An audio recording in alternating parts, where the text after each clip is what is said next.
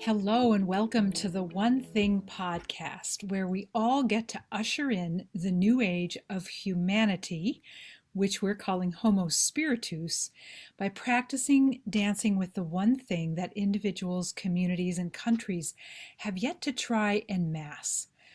And that one thing is a connection to our higher self, the higher anatomy part of ourselves that people call by various different names. So please use whatever name makes you feel like this source of all life is both personal and universal. It needs to be both. And our prime directive as a human being above all else is to make and constantly return to this one thing connection day in and day out as our first step, very first step in dealing with life problems, rather than viewing life problems as things that we can solve separately or disconnected from the one thing connection. And in this episode, we're going to offer some valuable clarity about conspiracy theories that that we tend to end up looking at through the lens of the one thing or disconnected from the one thing. So let's go. Okay. I'm really excited about this episode because in the course of my lifetime, I have never seen conspiracies as widely talked about and as kind of controversial on virtually every aspect of society.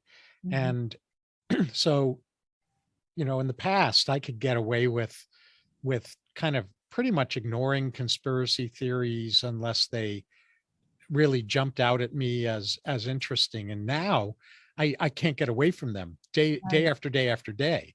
And so I'm excited for us to do this episode because conspiracy theories can be seductive or repulsive. They can either stir the pot of truth or they can stir the pot of paranoia. And you and I think, have some cool things, valuable things, I believe, to share about developing a useful relationship with this whole area of what gets called conspiracy theories. And of course, as we like to do when we're talking about topics that have multiple definitions, we like to start with some definitions. So take it Exactly. away. Yeah, so we'll just define each of the words conspiracy in theory and then conspiracy theory. Um, and I want to also just front load this that we're not really going to be talking about specific conspiracy theories, and we're not going to be telling you which conspiracy theories we think are true or not true because we don't know. What we're going to be doing is pointing you in a direction or pointing you into an internal way for you to actually discover the truth for yourself. So that, Conspiracy theory education. yeah, exactly. So let's define first the word conspiracy. So this is straight out of the dictionary. And so the definition of conspiracy is a secret plan by a group to do something unlawful or harmful. And synonyms to conspiracy might be words like plot, plan, machination, cabal, deception, ploy, trick, ruse, collusion, or treason. Right. And the word theory, the dictionary definition of the word theory, is a supposition or system of ideas that are intended to explain something, a set of principles on which the practice of an activity is based, an idea used to account for a situation or justify a course of action. Um, and theory is also used to describe what is supposed to happen or supposed to be possible, at least from that supposition or system of ideas that's that's being used to attempt to explain something. Right. And so we're going to define conspiracy theory now, bringing those two words together. So this is the definition of conspiracy theory. It's the theory that an event or phenomenon occurs as a result of a conspiracy between interested parties, a belief that some covert but influential agency, typically political in motivation and oppressive in intent, is responsible for an unexplained event. Right. An agency may or may not mean like a federal agency. It's Sure. an influential agent, right? Or group, And but not may or may or not be. group, Yeah, right? And not agent like spy. right. Right. Agent as in one who has agency. Yes, an operator. Yeah, there we go. And so what we're going to do is we're gonna kick this off by tying this in with something that we've talked about in a number of prior episodes, having to do with individual and collective projection. So what projection is where there is something about me, whether it's something I judge to be negative or something I judge to be positive about me, but I haven't owned it in myself. And instead, I hurl it out onto other people or onto the world. And I see those negative or positive traits out there, but not in myself. So that's essentially what projection is. And projection, because of that, by definition, is a symptom of being disconnected internally. Because if I'm disowning something about myself and I'm seeing it out in the world and then thinking, okay, there's something wrong in the world and I have to change the outer world in order for me to be okay, I've really missed the forest for the trees, because with projection, this is a part of me that needs attention. And no amount of attempting to change the outer world is going to fix that problem, because it's an inner problem. So we have spoken about that before, and about how this throws individuals, countries, and world events into disarray.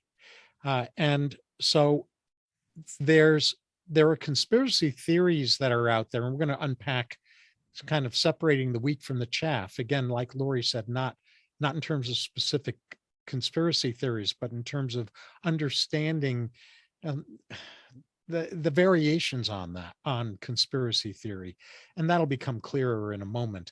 But that if we have a just a magnetic attraction to any latest conspiracy theory that comes out, we just latch onto it, lock, stock, and barrel. Or if we take the opposite extreme perspective that says there are no conspiracies out there at all, all of that's disowned projection, because that means that we're basically saying that we don't know how to discern the truth from falsehood about ourselves internally. Yeah, yeah. And another thing about projection is that the fact that we hurl what we can't see in ourselves outwardly, or we get triggered by something outwardly, doesn't make us bad or wrong or broken. It's simply a message of intelligence. Hey, there's something here to look at. And that message gets louder and louder and more dramatic if we just choose not to notice or to heed the call, so to speak. I'm really glad you added that, because projection is human, Yeah, and and there's nothing to fix there. The only thing, the thing that you're underlining that I want to add my yeah, voice to, is that with projection, really what separates the men from the boys and the women from the girls is the willingness to look at the projection, to own it, to get the gold from that, to spot projection when we're doing projection. It's not about, oh, we're a better person when we never do any projection. It's about using projection as a learning tool about ourselves, or not. yeah, and to bring the aspects of ourselves that are the part of us that the feathers get ruffled to a point of healing. I call it healing to wholeness, or bringing that energy to rest. So one of the ways that conspiracy theories, and we could even just set aside conspiracy theories and talk about nutrition, because I've There's a been leap.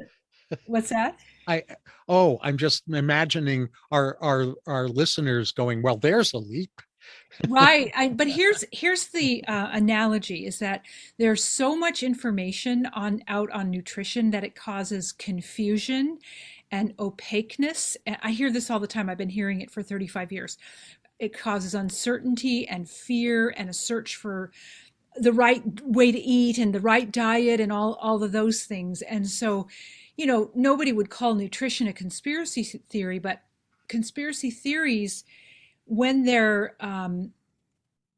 operating purposefully, they do tend to they cause an opaqueness, they cause a sense of uncertainty, they cause a sense of confusion and fear, and a search. This is what happens on the inside, is then we want to search for a hidden outer enemy instead of fixing the inner problem, which David already alluded to. And here's the whole point of all of that. If you're feeling opaque about any given topic and you're not sure if it's a conspiracy theory, or you And feel opaque, by the way, means hidden. hidden, yeah, or uncertain, or it's confusing you, there's not clarity, or you feel anxious or fearful about it, or you feel like you want to lash outward rather than going inward to where the only place the energy can be tended.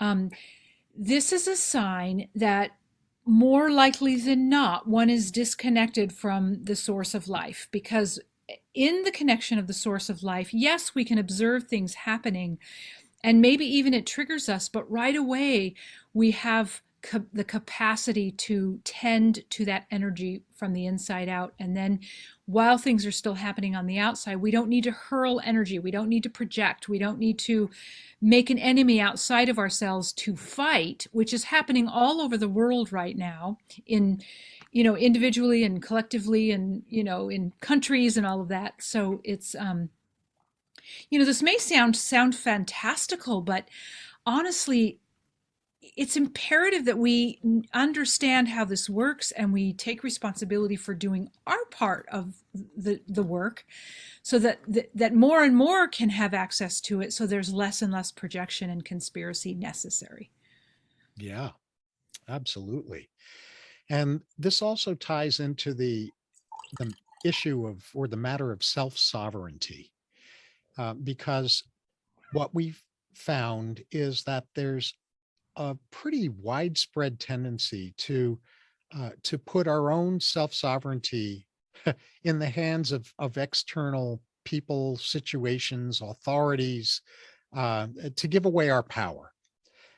And the way that shows up in the context of self-sovereignty is, I'll be okay when, and then fill in the blank with some external change that needs to happen in order for me to be okay, in order for me to be authentic or in my power, or however one wants to put that.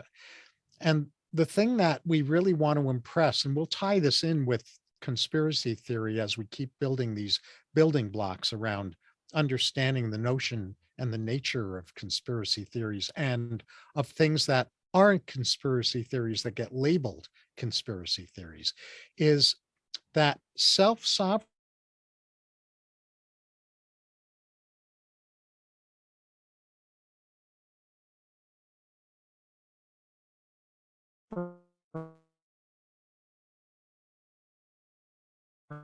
has connected with the one that, with higher love, higher wisdom, no matter what the external circumstance happens to be. And and it's not an if, it's a when I, in my humanness, lose that connection, when I in my humanness lose my internal state of lovingness and connectedness and peace and well-being, because I am telling myself that an external situation has to change before I can be okay again, that's a wake-up call that's telling me, oh, I'm disconnected from the one thing. And the first thing to do, of course, in those situations is for me to reconnect with the one thing before I proceed any further. That's the heart of self-sovereignty.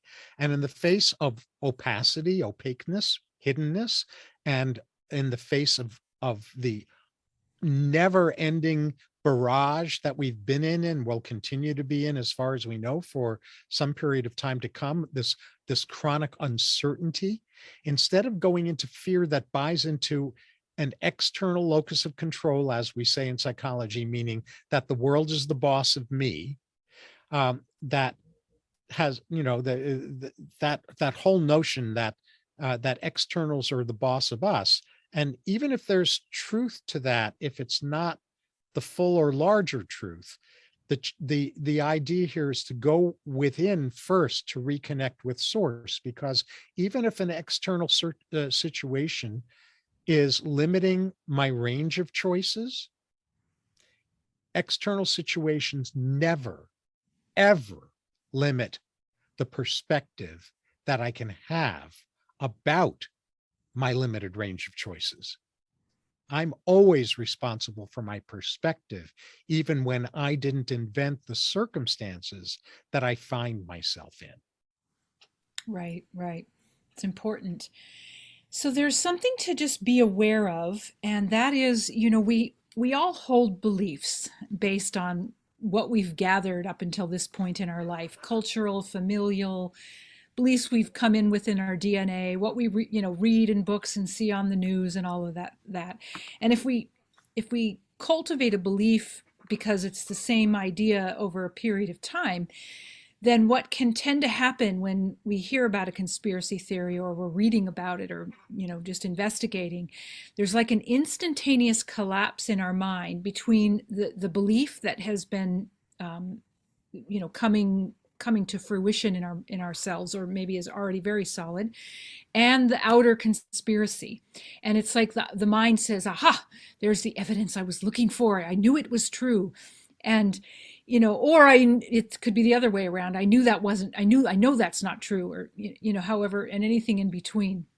But here's the point about our beliefs, is that our beliefs are almost always, they're not the higher truth, the larger truth, the cleaner truth, if you will. And I have personally learned that I can only have access to that higher truth, that cleaner truth, when I'm connected to the one thing, because that's the feed of truth in the first place. And there sometimes can be quite a difference between what I believe and what is really true. And so this is a way to just stay in your center and question, and we'll talk about some of this stuff, but instead of just automatically going down the rabbit hole and and assuming that your belief is correct, just take a minute, take a breath, connect and just investigate a little bit more. Mhm. I'm a real fan of being what was identified to me decades and decades ago as being an open skeptic. So I'm inherently skeptical. I don't believe anything at face value, if I, even if it matches my preconceptions. Um, I I am skeptical and I am open. So I am absolutely teachable. Right. Teachable. So Yeah. it's that open skepticism that I think is really the sweet spot that opens me up to asking myself, what would this situation look like, or how would I understand this situation or make sense of this situation through the eyes of love, through the eyes of higher wisdom, rather than through the eyes of fear and paranoia and they're out to get me and all of that kind of stuff. So this brings us to the twisted nature of conspiracy theories. There are some things that are labeled as conspiracy that actually aren't. They're really happening, but in covert enough ways that most people don't see them. And what Lori and I are trying to get at with that is that they're hiding in plain sight. A little more, investigation, a little bit more research on the internet, and you'll with some of these situations, you'll find out, oh yeah, this has been known and established for a long time, but because it's not commonly understood or commonly talked about or commonly embraced, then when somebody brings it up, it must be a conspiracy theory. Well, some things aren't. They're actually happening. So that's one of the things we want to impart about how the whole labeling of conspiracy theories gets really twisted. Yeah, yeah, and this is where it becomes important to be discerning and to practice um, this idea of being discerning when it comes to conspiracy. Well, for everything, but this topic is conspiracy theories. Is that like what David just said? If something is labeled as a conspiracy theory, and but there's facts hiding in plain sight, um, or there's conjecture about the conspiracy theory masquerading as fact. So it can be one or the other side of the coin. And so it's important to do your due diligence as you would for anything, and just do a little more digging so you can understand, is this something that's really happening? Or is this something that is masquerading as fact? And you don't have to dig that far down, in down layers wise to realize, okay, there's nothing holding this up, so it's something masquerading as fact. Or, oh my gosh, I've just opened a can of worms and there's so much here, I don't even know if I'll have time to go through it all. Right. And to make this even more bizarre, in my opinion, just look at the Wikipedia definition of conspiracy theories, because that definition that I'm going to go over with you in a moment, it actually um, it reinforces the denial that there are things happening outside of commonly known awareness. It deflects covert happenings. So here's the Wikipedia definition of conspiracy theories. A conspiracy theory is an explanation for an event or situation that invokes a conspiracy by sinister or powerful groups, often political in motivation, where other explanations are more probable than the conspiracy. And what we want to impart is that this does happen, but so does the other side of the coin. In other words, there are times when somebody is peddling a conspiracy theory that on deeper investigation is is just way off the mark. It's wacko in the extreme, if it's in the extreme, but it's at least way off the mark. The opposite is true too, that some things are labeled conspiracy theories that aren't conspiracies, nor are they theories. They are well established and just not widely known. So that's going to lead us into what Lori's going to share with you about, I think, a wonderful way of inquiring about conspiracies or things that are labeled conspiracies. She's going to go over a spectrum of different variations on quote unquote conspiracies that we hope is going to help you become more discerning about what's Yeah, what. yeah. So I mean, it isn't a spectrum. It's thinking about conspiracy theories along a spectrum, because Yeah. that's probably, it's not black or white. There's not, it's, if we're considering a possible conspiracy theory, it's not all or nothing and vice versa, right? Mm-hmm. So there's this Yep. idea of a spectrum, which is there's a little more fluidity to it. So covert things happening that, so this is on the one end, the farthest end, right? Things that are happening kind of covertly that we're made to believe, if there's any questioning of it, or just inquiry, not, it doesn't even have to be, I mean, when we say the word questioning, it's like, oh, we're what's the word when we it causes the other side to be defensive.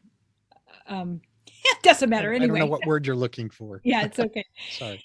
It's an inquiry. It's reasonable to have inquiries about things that may be happening, especially. Accusations, is that what you're Yeah, talking about? that's right. That's the word. Yeah. Yeah. So if we're questioning and it's accusatory, then that's not going to be the same thing as if we're just trying to understand what may or may not be happening. But when we're made to feel crazy, when we're made out to be crazy if we think they're happening, and they may or may not be, but if they are and we're made to be crazy, well, that's the farthest end of the spectrum, Oh, right? at one end of the spectrum. Yeah, farthest end of the spectrum. So there's like a hidden mixed agenda. And well, now, okay, so that's one end of the spectrum. Then let's go to the middle part of the spectrum. There's a hidden mixed agenda where maybe what's happening is partly for the higher or the common good, but partly not. So maybe there's other interests involved that are sort of covering themselves up and making it look like what's happening is for the higher good. That's, let's say, the middle part of the spectrum. And then on the other end of the spectrum is, whatever's happening, whatever's going on is on the up and up. They're doing what they're saying they're doing. This could be an individual, a small group, a political party, an agency, any of the ways that we already referenced. Um, but then there's people who project their sinister projections on it anyway, just because they can't believe that's actually really going on that way, right? And then there's everything in between. So we're just trying to give these three sort of like uh, touch points where you can discover for yourself, well, is this a mixed bag? Is this really bad and it's being made out to not be bad, and we're being made crazy for even wondering what is going on there? And the furthest other end of the spectrum is it's really, there's nothing to see here. Even though people will want to make it out to be something going on. Yeah. So this is why it's really important for us to maintain our connection, continue to teach ourselves how to discern, and stay clean before we make any big leaps about any supposed conspiracy theory. Because if we don't, we'll think that everything is a problem, and nobody wants to live that way. Right. Absolutely. And, the needle has moved over the last, 50, 75 years, from more people than not believing things were on the up and up, to more people than not thinking that things are pretty murky. So what I mean by that is that the generation before the baby boomers, they were called the greatest generation. They were the ones that came of age during World War II. By and large, that generation had a lot of faith in their institutions, in their government, in their leaders. They may not have agreed with their leaders at all times. Many of them didn't, but they by and large believed that their leaders were well intended and really trying to act on behalf of what was best for the country. And starting in the 1960s, as the baby boomers started coming of age, that started to shift. Where in the 1960s, the motto was, you can't trust anyone in the establishment. That was the term. The Big establishment brother. was Yeah. anyone who was over 30 years old was the establishment. And as that generation, which is Lori's and my generation, the baby boomer generation, um, our generation kind of kicked off a shift away from what in psychology or social psychology is called the just world theory, where the world is a fair place and a just place, and good things happen to good people and bad things happen to bad people, to an increasingly pessimistic perspective. So we went from perhaps an overly optimistic perspective to the kind of the opposite. So now it's much more common for people to believe that businesses place profits over people, and Lord knows there are plenty that do. But what doesn't make the headlines is all of those businesses that aren't doing that, right? So um, what we've shifted from was, in my parents' generation, a belief in the just world theory. The world is a fair place, and leaders are out to support us, or to do the right thing, even if we disagree with how they're doing that. Their hearts are in the right place.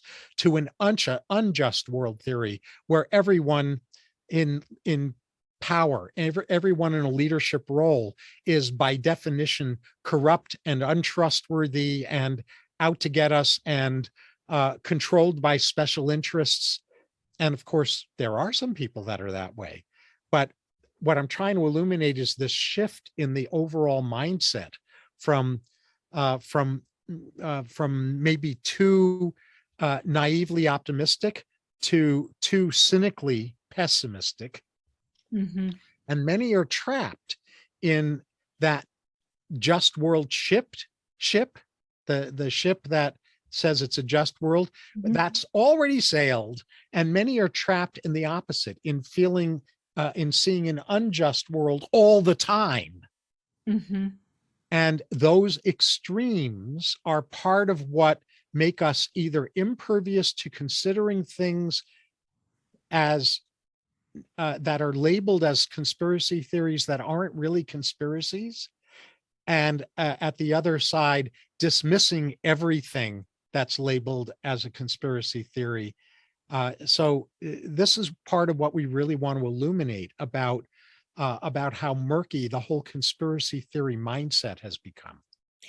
Yeah, and it just made me think. I really think that this is just one of many elements happening in the collective while we're alive at this point, that is trying to get our attention for each of us to come back to center, because a citizenry that is at center more than not uh, doesn't tolerate certain things, right? We don't tolerate certain behaviors. We don't tolerate um, conspiracy theories that are, or actual happenings that are not serving, right?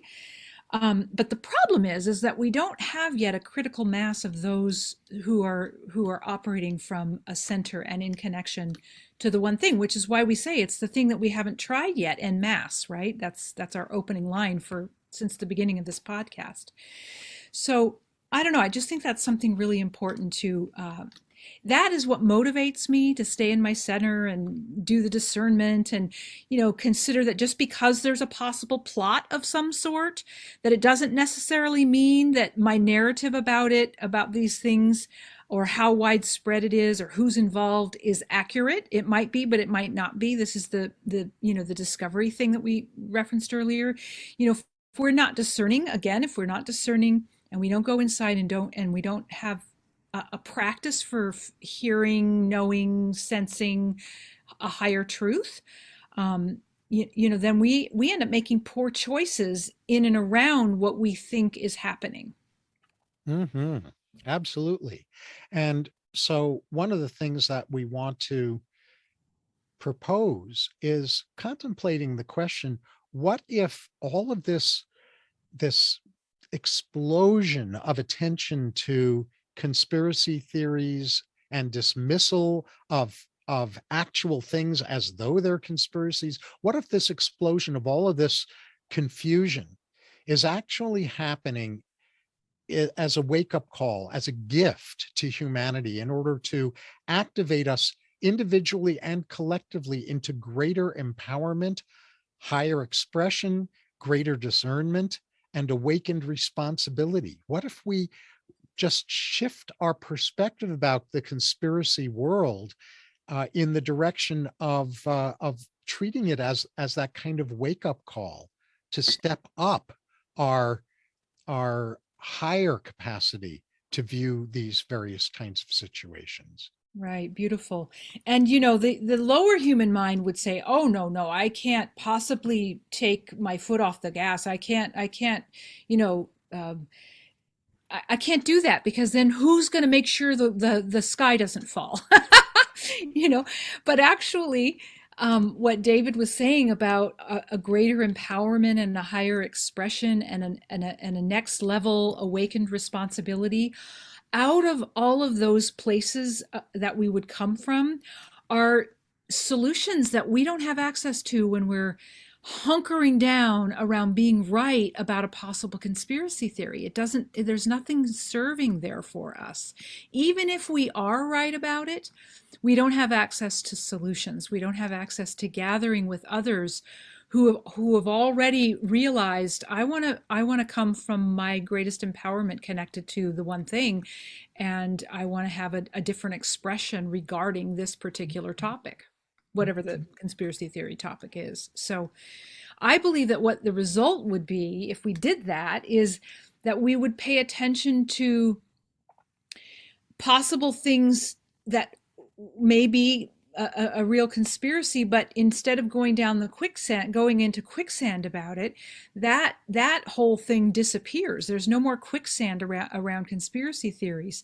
And then we have the ability to sort of tease out the truth, as we've said before, and to unmask the happenings of the so-called conspiracy theory, and then deal with what is right about that, and then also deal with real conspiracies, real things that are happening, in ways that we can enhance them, assuming we're all in agreement that it's for the betterment of all.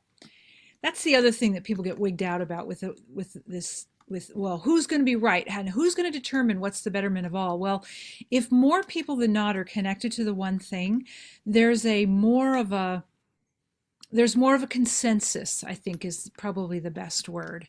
And that's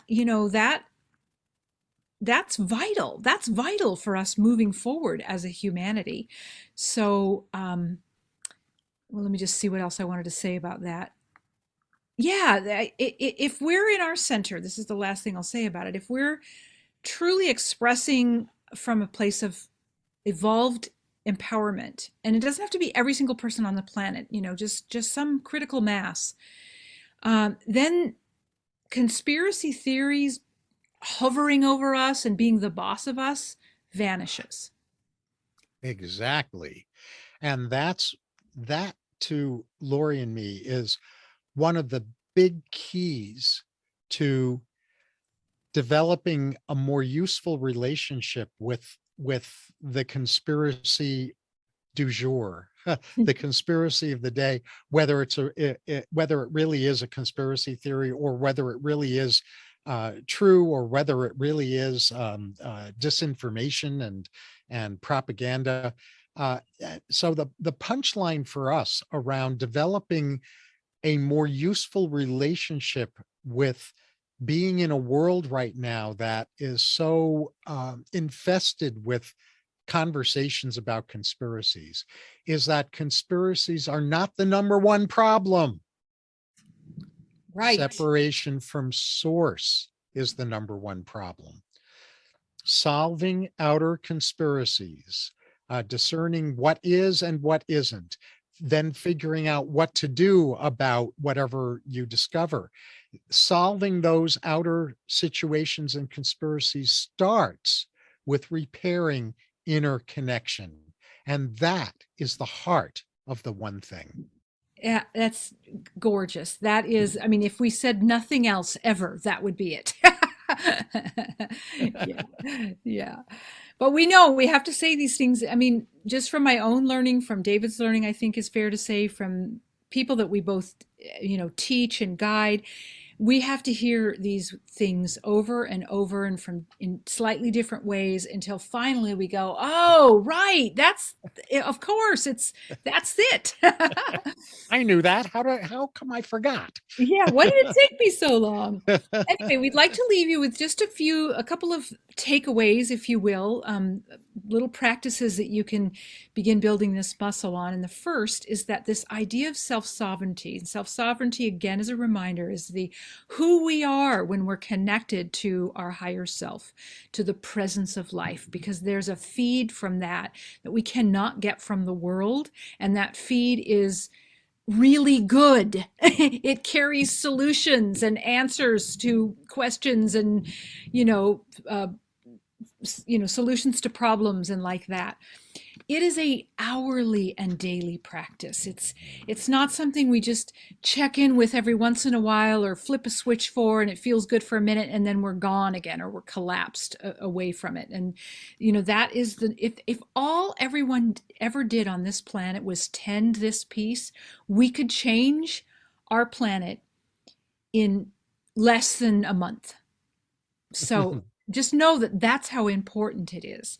And it's why we incessantly speak of it, right? Because um, yeah, we're just, without which we make too many mistakes. I don't know what that means. Oh, Oh, without our connection, we're constantly making mistakes.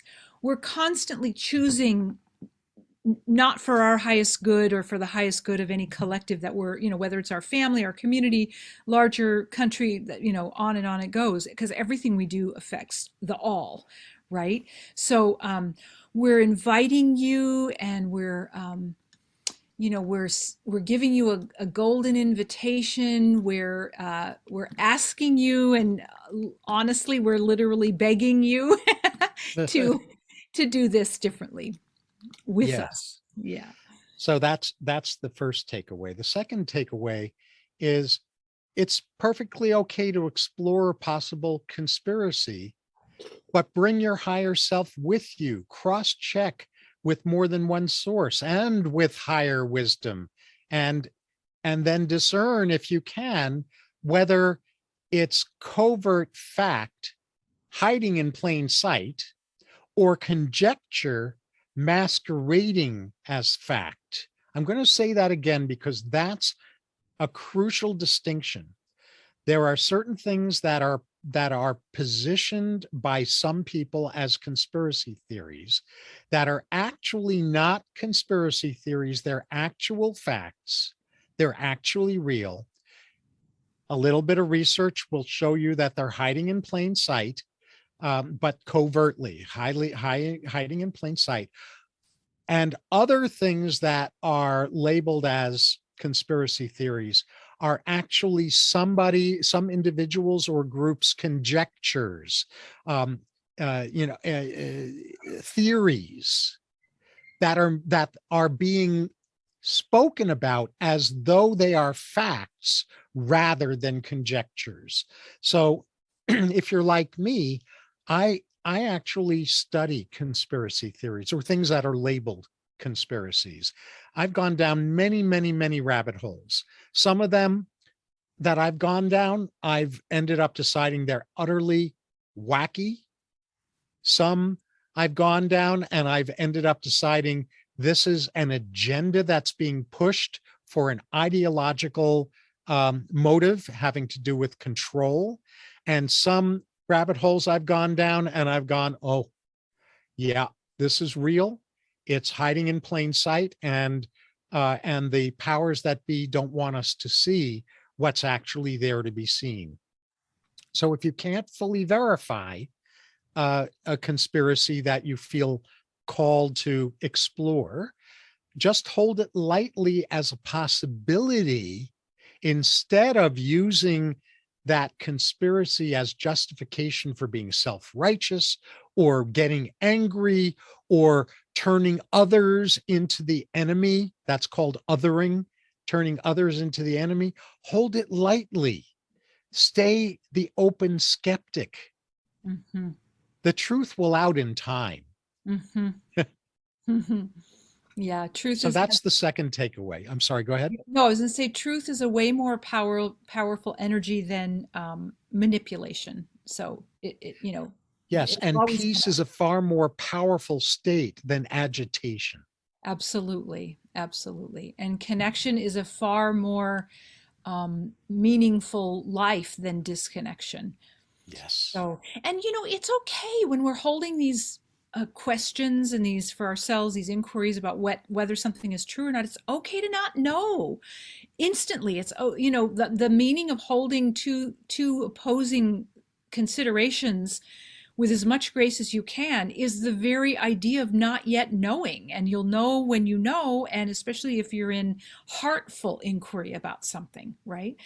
And if it's important for you enough for you to know, it will be important for you enough for you to hold the considerations until you find a real knowing inside. Now, this is where, you know, you, you, whatever you've practiced thus far in your life with your connection to the one thing, there is a knowing, and it's either visceral or it's a feeling of lightness in your heart or your gut area. We all have a slightly different way of going, oh, that is truth. I know that in the depth of my being, and every cell of my body is resonant with it, right? That's like an inner knowing.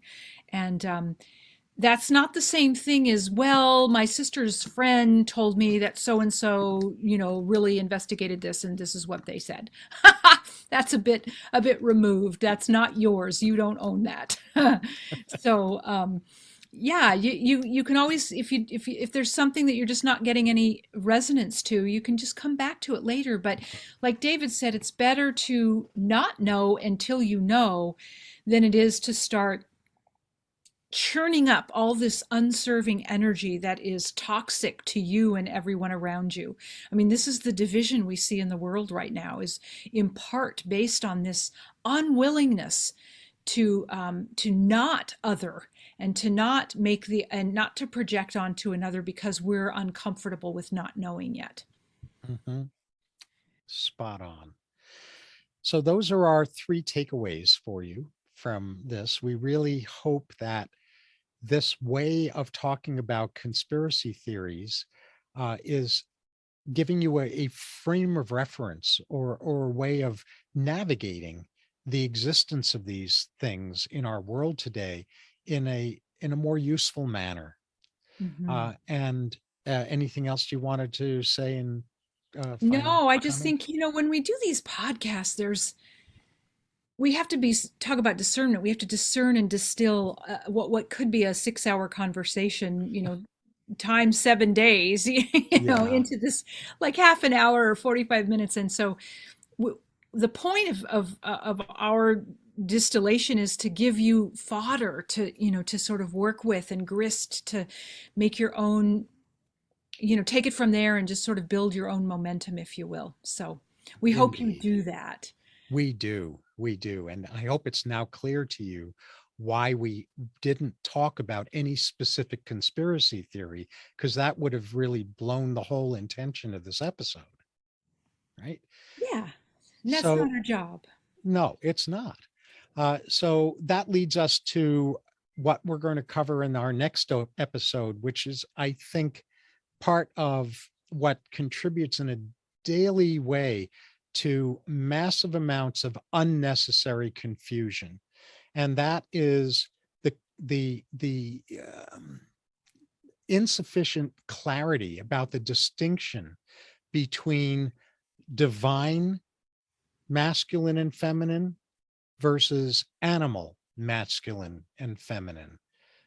We are both. We are, we're in bodies, so we are animals that way, and we are divine. And in our next episode, we're going to be sharing with you what we understand about how to dissolve the confusion between what's divine and what's animal, so that we all can be better at stepping into the divine masculine and divine feminine in all of us, because we're not talking about biology here, or gender or any of that. We're talking about consciousness, masculine and feminine consciousness. So that's what we're going to be delving into in detail in our next episode. Yay. Yay. So until then, until next time, remember to dance with your better half, the one thing, so you can keep living more and more fully as Homo Spiritus.